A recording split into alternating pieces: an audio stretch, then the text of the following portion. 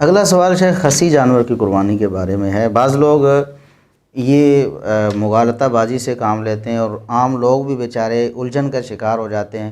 وہ کہتے ہیں دیکھیں جی خصی جانور جو قربانی کے حوالے سے روایات ہیں وہ ضعیف ہیں کہ خصی جانور کی قربانی نبی کریم صلی اللہ علیہ وسلم نے کی ہو، روایات ضعیف ہیں، لہٰذا خصی جانور قربانی کرنا درست نہ ہوا۔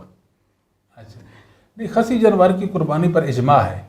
ابن قدامہ رحمہ اللہ تعالیٰ نے المغنی کے اندر لکھا ہے لا نعلم فیہ خلافا، اللہ جی، یعنی ہمیں اس میں اختلاف کا علم ہی نہیں ہے۔ جب ابن قدامہ رحمہ اللہ مسلمانوں کا ایک حوالے سے یہ بات ذکر کر کسی نے اختلاف کیے نہیں، دو مسلمان بھی اس بات پر مختلف نہیں ہے کہ خصی جانور کی قربانی نہیں ہونی چاہیے یا ہونی چاہیے، وہ سارے کہتے ہیں کہ ہونی چاہیے۔ دوسری بات یہ ہے کہ خصی کرنا جو ہے جانور کو یہ عیب نہیں ہے جی، قربانی کا عیب نہیں، ویسے بھی آپ سب یہ عیب نہیں ہے یہ ہمارے مطابق اگر دیکھا جائے۔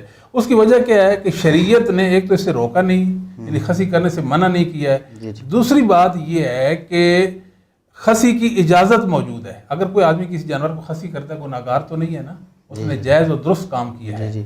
تو شریعت کیا جانوروں کو معیوب کرنے کا کہتی ہے؟ اس لیے حافظ ابن حجر رحمہ اللہ تعالیٰ نے فتح الباری کے اندر لکھا ہے کہ لیس ھذا عیبا، جلد 10 صفحہ نمبر 3 پہ، کہ خصی کرنا جانور کو، یہ جانور کا خصی ہونا یہ عیب ہے ہی نہیں۔ یہ نہیں کہنا چاہیے کہ روایات ثابت نہیں ہے، ٹھیک ہے؟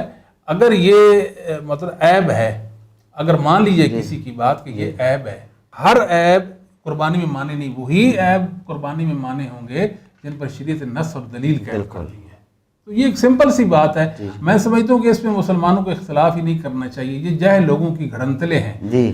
اہل علم کی باتیں، علم والوں کی باتوں پہ توجہ دیں۔ لیکن آپ سے نجر رحمہ اللہ فرما رہے ہیں کہ لیس ھذا عیبا، اور میں کہتا ہوں عیب مثال کے طور پر، تو آپ کس کی بات مانیں گے؟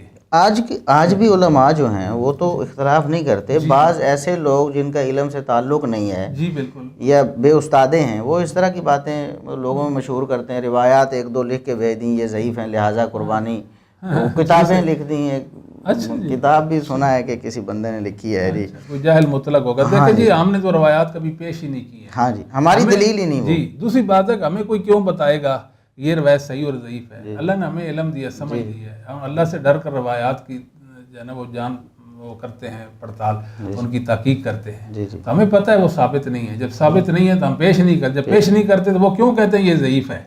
وہ جب پیش کریں تو تب کہیں یہ ضعیف ہے۔ ہم تو امت کا اتفاق پیش کرتے ہیں۔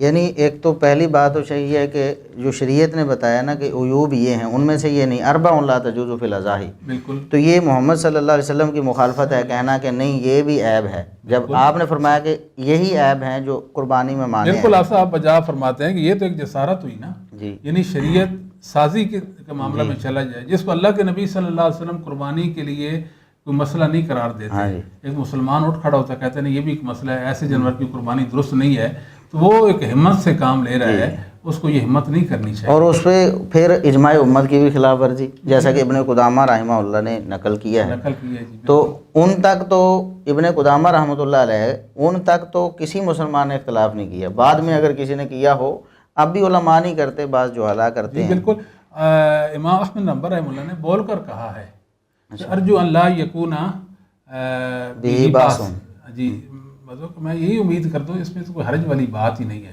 جب ائمہ ہدا، ائمہ اہل سنت کے نزدیک حرج والی بات نہیں ہے تو ہمارے نزدیک وہ حرج والی بات کیوں ہے؟ بالکل، ہمیں تو اپنے اسلاف کی پیروی میں بات کرنی چاہیے نا، کہ ائمہ اپنی روایات کو بہتر جانتے ہیں۔ احمد نمبر رحمہ اللہ نے تو حدیث تو نہیں پیش کی ہے نا، انہوں نے تو اپنا علم پیش کیا ہے، میرا علم یہ ہے، اور اس علم کے حوالے سے ہی مغنی میں آ گیا کہ تمام اہل علم جو ہیں ان میں کوئی اختلاف نہیں ہے۔